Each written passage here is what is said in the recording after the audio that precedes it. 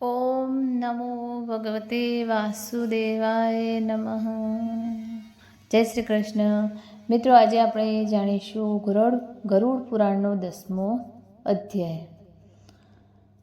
મૃત્યુ પછીના ધાર્મિક વિધિઓ. શવ નામના 6 પિંડ દાનનું પરિણામ. અગ્નિ સંસ્કારની પદ્ધતિ. પંચક દરમિયાન અગ્નિ સંસ્કાર પર પ્રતિબંધ. અગ્નિ સંસ્કાર પછી કરવાના ધાર્મિક વિધિઓ. બાળકના અંતિમ સંસ્કારનો કાયદો વગેરે વગેરે. ગરુડજીએ કહ્યું, હે વિભુ, હવે કૃપા કરીને મને સદાચારી પુરુષના શરીરને અગ્નિ સંસ્કાર કરવાની વિધિ જણાવો, અને જો પત્ની સતી હોય તો તેનો મહિમા પણ વર્ણવો. શ્રી ભગવાન બોલે છે, હે તક્ષ, હું તમને મૃત્યુ પછીના સંસ્કારો વિશે કહીશ, જે પુત્રો અને પૌત્રોને તેમના પૂર્વજોના દેવાથી મુક્ત કરે છે. તો સાંભળો. અસંખ્ય દાન આપવાનો શું ફાયદો છે? તમારા માતા પિતાના અંતિમ સંસ્કાર યોગ્ય રીતે કરવાથી પુત્રને અગ્નિસ્તોમ યજ્ઞ કરવા જેટલું જ ફળ મળે છે. માતા પિતાના મૃત્યુ પછી પુત્રએ શોકનો ત્યાગ કરવો જોઈએ અને બધા પાપોથી મુક્તિ મેળવવા માટે તેના બધા સંબંધીઓ સાથે પોતાનું માથું મુંડન કરવું જોઈએ. જે પુત્ર પોતાના માતા પિતાના મૃત્યુ પછી માથું મુંડન નથી કરતો તેને જીવનના સમુદ્રને પાર કરનાર માણસ કેવી રીતે ગણી શકાય? તેથી નખ અને બગલ સિવાય માથું મુંડન કરાવવું જોઈએ, જરૂરી છે. આ પછી બધા સંબંધીઓ સાથે સ્નાન કરો અને સ્વચ્છ કપડાં પહેરો. તરત જ પાણી લાવો અને તેનાથી શબને સ્નાન કરાવો. ચંદનનો લેપ અથવા ગંગાજળ લગાવો અને તેને માળાથી શણગારો. પછી શરીરને નવા કપડાથી ઢાંકીને પીઠ પર સૂઈને સંકલ્પ સાથે નામ અને ગોત્રનો ઉચ્ચાર કરો અને દક્ષિણા સાથે પિંડદાન કરો. મૃત્યુ સ્થળ પર મૃતકના નામ અને ગોત્ર સાથે શવ નામનું શરીર અર્પણ કરો. આમ કરવાથી ભૂમિ અને તેના પ્રમુખ દેવતા પ્રસન્ન થાય છે. આ પછી મૃતકનું નામ, ગોત્રો વગેરે ઉચ્ચારીને પંથ નામનું પિંડદાન દરવાજા પર ચડાવવું જોઈએ. આમ કરવાથી ભૂત અને અન્ય દુષ્ટ આત્માઓ ભૂત વગેરે શ્રેણીના મૃતકના ઉદ્ધારમાં કોઈ અવરોધ પેદા કરી શકતા નથી. આ પછી પુત્ર, પુત્રવધુ વગેરે મૃતદેહની પરિક્રમા કરવી જોઈએ અને તેની પૂજા કરવી જોઈએ. ત્યારબાદ પુત્રએ અન્ય સંબંધીઓ સાથે મળીને અંતિમ સંસ્કાર માટે ખભા આપવા જોઈએ. જે પુત્ર પોતાના પિતાને ખભા પર લઈને સ્મશાન ભૂમિ પર જાય છે તેને દરેક પગલે અશ્વમેઘનું ફળ મળે છે. પિતા હંમેશા પોતાના પુત્રને ખભા પર કે પીઠ પર ઉઠાવીને ઉછેરે છે. પુત્ર ત્યારે જ તે ઋણમાંથી મુક્ત થાય છે જ્યારે તે પોતાના મૃત પિતાને ખભા પર ઉઠાવે છે. આ પછી અડધા રસ્તે પહોંચ્યા પછી માટી સાફ કરીને અને છંટકાવ કર્યા પછી મૃત શરીરને વિશ્રામ આપો અને તેને સ્નાન કરાવ્યા પછી ગોત્ર વગેરે નામથી ઓળખાતા પૂર્વજોને ભૂત નામનું પિંડ અર્પણ કરો. આ પિંડ અર્પણ કરવાથી બીજી દિશામાં સ્થિત ભૂત, રાક્ષસ, યક્ષ વગેરે તે શરીરને હવન માટે અયોગ્ય બનાવી શકતા નથી. પછી મૃતદેહને સ્મશાન ભૂમિમાં લઈ જાઓ અને તેને ઉત્તર તરફ મુખ કરીને મૂકો. નિર્ધારિત વિધિ મુજબ અગ્નિ સંસ્કાર માટે ત્યાં જમીન તૈયાર કરો. જમીનને સાફ કરીને અને લેપ કર્યા પછી દર્ભ મૂળથી 3 રેખાઓ દોરો. તે જ ક્રમમાં તે રેખાઓમાંથી માટી ઉપાડીને ઉત્તર પૂર્વ દિશામાં ફેંકી દો. વેદી પર પાણી છાંટો અને પછી નિર્ધારિત વિધિ મુજબ અગ્નિ પ્રગટાવો. ફૂલો અને અખંડ ચોખાના દાણાથી ક્રવ્યાદ નામના અગ્નિદેવની પૂજા કરો અને નીચેના શબ્દો સાથે નિર્ધારિત વિધિ મુજબ અર્પણ કરો. લોભ્યમ. પછી મૃતકના માંસને ભસ્મ કરતી અગ્નિને પ્રાર્થના કરો અને કહો કે તમે બધા જીવોના પાલનહાર, બધા જીવોના સર્જક અને બધા જીવોના પાલનહાર છો. આ પાર્થિવ માણસ મૃત્યુ પામ્યો છે, કૃપા કરીને તેને સ્વર્ગમાં લઈ જાઓ. આ રીતે ક્રવ્યાદ નામના અગ્નિને પ્રાર્થના કર્યા પછી ત્યાં ચંદન, તુલસી, પલાશ અને પીપળાના લાકડાથી ચિતા બનાવો. હે ખંગેશ્વર, તે મૃતદેહને ચિતા પર મૂકો અને ત્યાં 2 પિંડ અર્પણ કરો. એક પિંડ ભૂતના નામે અને બીજો મૃતદેહના હાથમાં. ચિતા પર ચડાવવો જોઈએ. ચિતા પર મૂક્યા પછી મૃતદેહ ભૂતનું સ્વરૂપ ધારણ કરે છે. ભૂત પ્રેતના ક્ષેત્રને જાણતા કેટલાક વિદ્વાન લોકો ચિતા પર આપેલા પિંડને સાધક કહે છે. તેથી સાધકના નામે અને મૃતદેહના હાથ પર પ્રેતના નામે પિંડ અર્પણ કરો. આ રીતે 5 પિંડ અર્પણ કરવાથી મૃતદેહ બલિદાન માટે યોગ્ય બને છે. નહીંતર સ્મશાનમાં હાજર ઉપરોક્ત ભૂત, રાક્ષસો અને યક્ષ વગેરે તેની બલિદાન આપવાની ક્ષમતાનો નાશ કરે છે. ભૂતને 5 પિંડ ચડાવવાથી અને ક્રવ્યાદ અગ્નિને સ્ટ્રો પર મૂકીને, જો પંચક ન હોય તો ધનિષ્ઠા, શતભિષા, પૂર્વ ભાદ્રપદ, ઉત્તર ભાદ્રપદ અને રેવતી આ 5 નક્ષત્રોને પંચક કહેવામાં આવે છે. અને આ પંચોના શાસક ગ્રહો વસુ, વરુણ, અજેક્ય અને અજ્ઞાત હોય છે. પુત્રએ અગ્નિ પ્રદાન કરાવવો જોઈએ. પંચકના મૃત્યુ પામેલી વ્યક્તિએ મોક્ષ પ્રાપ્ત થતો નથી. પંચક શાંતિ કર્યા વિના તેઓ અગ્નિ સંસ્કાર ના કરવો જોઈએ, નહીં તો કોઈ બીજું મૃત્યુ પામે છે. ધનિષ્ઠા નક્ષત્રના ઉત્તરાર્ધથી રેવતી સુધીના 5 નક્ષત્રોને પંચક કહેવામાં આવે છે. આ નક્ષત્રોમાં મૃત વ્યક્તિ અગ્નિ સંસ્કાર માટે યોગ્ય નથી અને અગ્નિ સંસ્કારનું પરિણામ શુભ નથી. આ નક્ષત્રોમાં મૃત્યુ પામેલી વ્યક્તિને તેના પરિવારમાં કંઈક નુકસાન થાય છે. તેના પુત્ર અને સંબંધીઓને પણ થોડી મુશ્કેલીનો સામનો કરવો પડે છે. અથવા આ પંચકમાં પણ મૃત વ્યક્તિનું અગ્નિ સંસ્કાર વિધિઓનું પાલન કરીને કરી શકાય છે.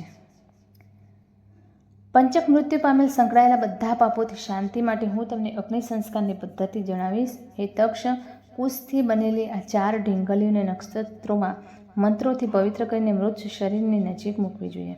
પછી તે ઢીંગલીઓમાં પીગળેલું સોનું મૂકવું જોઈએ અને પછી નક્ષત્રોના નામોના મંત્રોથી ઓમ કરાવવો જોઈએ. ફરીથી પ્રેતા જયતા નર ઇન્દ્રાયો વા શરમ યચ્છતુ આ મંત્રથી તે નક્ષત્રોમાં મંત્રોને સમાપ્ત કરીને કરવું જોઈએ.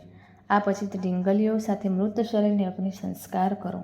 સપિંડ શ્રાદ્ધના દિવસે પુત્રએ નિર્ધારિત પદ્ધતિ અનુસાર પંચક શાંતિ વિધિ કરાવવી જોઈએ.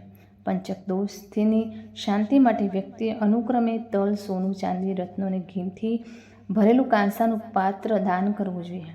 આ રીતે પંચક શાંતિ વિધિ કર્યા પછી મૃત શરીરનો અગ્નિ સંસ્કાર કરનારને પંચકથી થતી કોઈ પણ અવરોધનો સામનો કરવો પડતો નથી અને ભૂત પણ મોક્ષ પ્રાપ્ત કરે છે. આ રીતે પંચક દરમિયાન મૃત વ્યક્તિનો અગ્નિ સંસ્કાર કરવો જોઈએ અને જો મૃત્યુ પંચક વિના થાય છે તો ફક્ત મૃત શરીરનો જ અગ્નિ સંસ્કાર કરવો જોઈએ. જો મૃત વ્યક્તિની પત્ની સતી કરતી હોય તો તેની સાથે મૃત શરીરનો અગ્નિ સંસ્કાર કરવો જોઈએ. જો કોઈ સમર્પિત પત્ની જે પોતાના પતિના કલ્યાણ માટે સમર્પિત હોય અને તેને પરલોકમાં લઈ જવા માંગતી હોય, સતી બનવું અને તે પોતાની સ્વતંત્રતા ઈચ્છાનો વિષય છે. સતીના નામે કોઈ બળજબરીનો ઉપયોગ ના કરવો જોઈએ. તો તેના પતિના મૃત્યુ પછી તેને સ્નાન કરવું જોઈએ અને કુમકુમ એટલે કે સિંદૂર, આંખની લાઇનર, સુંદર કપડાં અને ઘરેણાં પહેરવા જોઈએ. તેણે બ્રાહ્મણો અને સંબંધીઓને દાન કરવું જોઈએ. તેણે પોતાના વડીલોને પ્રણામ કરવા જોઈએ અને પછી ઘર છોડી દેવું જોઈએ. ત્યારબાદ તેણે મંદિરમાં જઈને ભક્તિભાવથી ભગવાન વિષ્ણુને પ્રાર્થના કરવી જોઈએ. ત્યાં પોતાના ઘરેણાં અર્પણ કર્યા પછી નાળિયેર લેવું જોઈએ અને લજ્જા અને આસક્તિનો ત્યાગ કરીને સ્મશાન ભૂમિ તરફ આગળ વધવું જોઈએ. તેણે સૂર્યને નમસ્કાર કરવા જોઈએ, ચિતાની પરિક્રમા કરવી જોઈએ, ફૂલની પથારી પર ચડવું જોઈએ અને તેના પતિને તેના ખોળામાં મૂકવો જોઈએ. પછી તેને નાળિયેર તેના મિત્રોને આપવું જોઈએ. તેમને તેના શરીરને અગ્નિ સંસ્કાર કરવાની પરવાનગી આપવી જોઈએ. તેણે અગ્નિ સંસ્કારને ગંગામાં સ્નાન કરવા સમાન માનવું જોઈએ. ગર્ભવતી સ્ત્રીએ પોતાના પતિ સાથે અગ્નિ સંસ્કાર ના કરવો જોઈએ. બાળકને જન્મ આપ્યા પછી અને તેનું પાલન પોષણ કર્યા પછી તેને સતી કરવી જોઈએ. જો કોઈ સ્ત્રી પોતાના મૃત પતિના શરીર સાથે અગ્નિ સંસ્કાર કરે છે તો અગ્નિ ફક્ત તેના શરીરને બાળે છે, તેના આત્માને કોઈ પીડા થતી નથી. જેમ સોના અને અન્ય ધાતુઓ તે અશુદ્ધિઓને ગરમ કરીને અગ્નિમાં બાળી નાખવામાં આવે છે, તેવી જ રીતે જે સ્ત્રી પોતાના પતિ સાથે પોતાને બાળે છે તે પોતાના પાપોને અમૃતની જેમ અગ્નિમાં બાળી નાખે છે. જેમ સત્યવાદી અને સદાચારી પુરુષ શપથ લેતી વખતે ગરમ લોખંડનો ગોળો લે ત્યારે પણ બળતો નથી, તેવી જ રીતે જે સ્ત્રી પોતાના પતિના શરીર સાથે ચિતા પરીક્ષા એક થાય છે તે ક્યારેય બળતી નથી. એટલે કે તેને બળવાનો દુખાવો થતો નથી. તેના બદલે તેના આત્મા મૃતકના આત્મા સાથે એકતા પ્રાપ્ત કરે છે. પતિના મૃત્યુ પછી સ્ત્રી સ્વરૂપથી મુક્ત થતી નથી જ્યાં સુધી તેના શરીર સાથે પોતાની બાળી પોતાને બાળી ના નાખે, તેથી તેણે હંમેશા તેના પતિના જીવતા સુધી તેના પૂરા હૃદય, વચન અને કર્મથી સેવા કરવી જોઈએ અને તેના મૃત્યુ પછી તેનું પાલન કરવું જોઈએ. જે સ્ત્રી પોતાના પતિના મૃત્યુ પછી અગ્નિમાં પ્રવેશ કરે છે તે સ્વર્ગમાં સન્માનિત થાય છે, જેમ કે ઋષિ વરિષ્ઠની પત્ની અરુંધતી. ત્યાં અપ્સરાઓ દ્વારા પ્રશંસા કરાયેલી આ સમર્પિત સ્ત્રી 14 ઇન્દ્રોના શાસનકાળ દરમિયાન એટલે કે એક કલ્પ માટે સ્વર્ગમાં તેના પતિના સાથ ભોગવે છે. જે સતી પોતાના પતિને અનુસરે છે, ત્રણેય કુળને શુદ્ધ કરે છે, તેવા માતૃત્વ, પિતૃત્વ અને પતિના પરિવારો માનવ શરીરના 3.5 કરોડ રૂંવાટીવાળા કોષ હોય છે. એટલા સમય માટે સ્ત્રી સ્વર્ગમાં તેના પતિનો સાથ માણે છે. તે સૂર્ય જેવા તેજસ્વી વિમાનમાં તેના પતિ સાથે રમે છે અને જ્યાં સુધી સૂર્ય અને ચંદ્ર અસ્તિત્વમાં છે ત્યાં સુધી પતિલોકમાં રહે છે. આમ લાંબુ આયુષ્ય પ્રાપ્ત કર્યા પછી અને એક પવિત્ર પરિવારમાં જન્મ લીધા પછી સમર્પિત સ્ત્રી તેના પાછલા જન્મના પતિના રૂપમાં તેના પતિને પાછો મેળવે છે. જે સ્ત્રી ક્ષણિક બળતરા અને પીડાને કારણે આવા સુખનો ત્યાગ કરે છે તે મૂર્ખ છે અને જીવનભર વિરહની અગ્નિમાં બળતી રહે છે. તેથી વ્યક્તિએ પોતાના પતિને શિવનું સ્વરૂપ માનીને પોતાને બાળી નાખવું જોઈએ. શબને આંશિક કે સંપૂર્ણ રીતે બાળી નાખ્યા પછી તેનું માથું ફોડી નાખવું જોઈએ. ગૃહસ્થોના માથા લાકડાથી અને તપસ્વીઓના માથા નાળિયેરથી ફોડી નાખવા જોઈએ. પિતૃલોક પ્રાપ્ત કરવા માટે તેના પુત્રએ તેના બ્રહ્મરદ્રને વિંધીને નીચેના મંત્ર સાથે અગ્નિમાં ઘી અર્પણ કરવું જોઈએ. હે અગ્નિદેવ, ભગવાન વાસુદેવ દ્વારા તમારી રચના કરવામાં આવી છે. પછી તેના તેજસ્વી દિવ્ય શરીરને તમારા દ્વારા બનાવવામાં આવે. સ્વર્ગમાં જવા માટે તેનું ભૌતિક શરીર બાળી નાખવું જોઈએ અને તમારું અર્પણ બનવું જોઈએ. આ માટે તમારે પ્રજ્વલિત કરવું જોઈએ. આ રીતે મંત્ર સાથે તલ મિશ્રિત ઘી અર્પણ કર્યા પછી વ્યક્તિએ મોટેથી રડવું જોઈએ. આમ કરવાથી મૃત વ્યક્તિ સુખ પ્રાપ્ત કરે છે. અગ્નિ સંસ્કાર પછી સ્ત્રીઓએ સ્નાન કરવું જોઈએ. ત્યારબાદ પુત્રોએ સ્નાન કરવું જોઈએ. ત્યારબાદ મૃતકના ગોત્ર નામનો ઉચ્ચાર કરીને તિલાંજલિ અર્પણ કરવી જોઈએ. ત્યારબાદ લીમડાના પાન ચાવ્યા પછી મૃતકના ગુણોનું ગાન કરવું જોઈએ. સ્ત્રીઓ પહેલાં ઘરે જવું જોઈએ અને પુરુષોને સૌથી છેલ્લે ઘરે જવું જોઈએ અને ઘરે ફરીથી સ્નાન કર્યા પછી તેઓએ ગાયને ઘાસ અર્પણ કરવું જોઈએ. થાળીમાં ખોરાક ખાવો જોઈએ અને ઘરનો ખોરાક ન ખાવો જોઈએ. મૃતકની જગ્યાએ પ્લાસ્ટર કર્યા પછી 12 દિવસ સુધી ત્યાં દિવસ અને રાત દક્ષિણ તરફ મુખ કરીને અખંડ દીવો પ્રગટાવવો જોઈએ. હે તક્ષ, અગ્નિ સંસ્કારના દિવસથી 3 દિવસ સુધી સ્મશાન ભૂમિ પર અથવા સૂર્યાસ્ત સમયે ચોપડી પર માટીના વાસણમાં દૂધ અને પાણી અર્પણ કરવું જોઈએ. 3 લાકડાના સળિયાઓને દોરાથી મજબૂતીથી બાંધો એટલે કે ત્રિગોદિયા બનાવો. તેના પર દૂધ અને પાણી ભરેલો કાચો માટીનો વાસણ મૂકો અને આ મંત્રનો જાપ કરો. હે ભૂત, તું સ્મશાનની અગ્નિથી બળી ગયો છે. તારા સગાઓએ ત્યાગ કર્યો છે. આ પાણી અને આ દૂધ તારા માટે છે. તેમાં સ્નાન કરીને પીવો. મિતાક્ષરમાં કહ્યું છે કે ભૂત માટે પાણી અને દૂધ અલગ અલગ વાસણોમાં રાખવું જોઈએ અને પ્રેત અત્ર સ્નાહી કહીને પાણી રાખવું જોઈએ અને દૂધ પીબોચેરમ કહીને રાખવું જોઈએ. સાગ્નિક, જેમણે અગ્નિદાન કર્યું છે, તેમણે ચોથા દિવસે રાખ એકત્રિત કરવી જોઈએ અને નિરાગ્નિએ ત્રીજા કે બીજા દિવસે રાખ એકત્રિત કરવી જોઈએ. પ્રતિબિંબ દિવસ અતિથિએ ધ્યાનમાં રાખીને રાખ એકત્રિત કરવા માટે સ્મશાન ભૂમિમાં જાઓ અને પોતાને શુદ્ધ કરવા માટે સ્નાન કરો. પોતાની આસપાસ ઊની દોરો વીંટાળો અને પવિત્ર દોરો પહેરો. સ્મશાન ભૂમિ ભૂત અને ભૂત માટે પુત્ર યમાયત મંત્ર સાથે ચણાનો ભોગ લગાવવો જોઈએ અને તેથી 3 વખત પરિક્રમા કરવી જોઈએ. એકત્રિત કરતી ત્રિપુટી મૂકો અને તેના પર ખુલ્લા મોંવાળા પાણીથી ભરેલા વાસણ મૂકો. આ પછી ચોખા રાંધો, તેમાં દહીં, ઘી અને મીઠાઈ ભેળવો અને ધાર્મિક યજ્ઞ તરીકે આત્માને પાણી સાથે અર્પણ કરો. હે પક્ષી, પછી પાત્ર મૂકો, અગ્નિ નિવારણ અર્પણ કરો. ખાડામાંથી હાડકાના પાત્રને કાઢીને તેને કોઈ જળાશયમાં લઈ જાઓ. ત્યાં વારંવાર હાડકાને દૂધ અને પાણીથી ધોઈ લો અને પછી તેમને ચંદન અને કુમકુમથી લેપ કરો. પછી તેમને એક માટીમાં મૂકો અને તેમને તમારા હૃદય અને કપાળ પર મૂકો. તેમને પરિક્રમા કરો અને તેને નમસ્કાર કર્યા પછી તેમને ગંગામાં વિસર્જન કરો. કોઈ પણ મૃત વ્યક્તિ જેના હાડકાં 10 દિવસની અંદર ગંગામાં વિસર્જન કરવામાં આવે છે તે બ્રહ્મલોકમાંથી ક્યારેય પાછા ફરતા નથી. જ્યાં સુધી કોઈ વ્યક્તિના હાડકાં ગંગામાં રહે છે ત્યાં સુધી તે 1000 વર્ષ સુધી સ્વર્ગમાં રહે છે. જ્યારે પવન ગંગાના મોજાને સ્પર્શ કરીને મૃતકને સ્પર્શે છે ત્યારે તેમના પાપો તરત જ નાશ પામે છે. મહારાજા ભગીરથે તીવ્ર તપસ્યા અને ભક્તિ દ્વારા દેવી ગંગાને તેમના પૂર્વજોને બચાવવા માટે બ્રહ્મલોકથી પૃથ્વી પર ઉતારી હતી. ગંગાની પવિત્ર ખ્યાતિ, જેના પાણીથી રાજા સગરના પુત્રો રાખ થઈ ગયા હતા, સ્વર્ગમાં ગયા હતા, તે ત્રણેય લોકમાં પ્રખ્યાત છે. જે લોકો પોતાના પાછલા જન્મમાં પાપ કરે છે અને મૃત્યુ પામે છે તેમના હાડકાં ગંગામાં ડૂબાડવામાં આવે છે અને તેઓ સ્વર્ગમાં ચડે છે. એક શિકારી જેણે વિશાળ જંગલમાં બધા જીવોનો નાશ કર્યો હોય તેને સિંહે મારી નાખ્યો. જ્યારે તે નરકમાં જવાની તૈયારીમાં હતો ત્યારે તેના હાડકાં ગંગામાં પડ્યા, જેનાથી તે દેવી વિમાનમાં ચડી ગયો અને સ્વર્ગમાં ગયો. તેથી એક સદાચારી વ્યક્તિએ સ્વેચ્છાએ પોતાના પિતાના રાખ ગંગામાં ડૂબાડવા જોઈએ. રાખ એકત્રિત કર્યા પછી દશાગાત્ર વિધિ કરવી જોઈએ. જો કોઈ વ્યક્તિ વિદેશમાં, જંગલમાં અથવા ચોરોના ડરથી મૃત્યુ પામે છે અને તેઓ મૃતદેહ ન મળે તો જે દિવસે તેના મૃત્યુનો સમાચાર મળે તે દિવસે કુશળનું પૂતળું બનાવીને અગાઉની વિધિઓ અનુસાર તેનો અગ્નિ સંસ્કાર કરવો જોઈએ. પછી તેની રાખ લઈને ગંગામાં વિસર્જન કરવું. દશાગાત્ર વિધિ પણ તે જ દિવસે શરૂ કરવી જોઈએ અને વાર્ષિક શ્રાદ્ધ પણ તે દિવસે કરવી જોઈએ. જો ગર્ભાવસ્થા પૂર્ણ થયા પછી સ્ત્રીનું મૃત્યુ થાય તો તેનું પેટ કાપીને બાળકને બહાર કાઢો. જો બાળક પણ મૃત્યુ પામ્યું હોય તો તેને જમીનમાં દાટી દો અને ફક્ત મૃત સ્ત્રીનો જ અગ્નિ સંસ્કાર કરો. ગંગા કિનારે મૃત્યુ પામેલા બાળકને ગંગામાં જ ડૂબાડી દો અને 27 મહિના સુધીના બાળકને જે અન્ય કોઈ જગ્યાએ મૃત્યુ પામે છે તેને જમીનમાં દફનાવી દો. આ ઉંમરથી વધુ ઉંમરના બાળકને અગ્નિ સંસ્કાર કરવા જોઈએ અને તેના હાડકાં ગંગામાં ડૂબાડી દેવા જોઈએ અને પાણી ભરેલું વાસણ આપવું જોઈએ અને ફક્ત બાળકોને જ ખવડાવવું જોઈએ.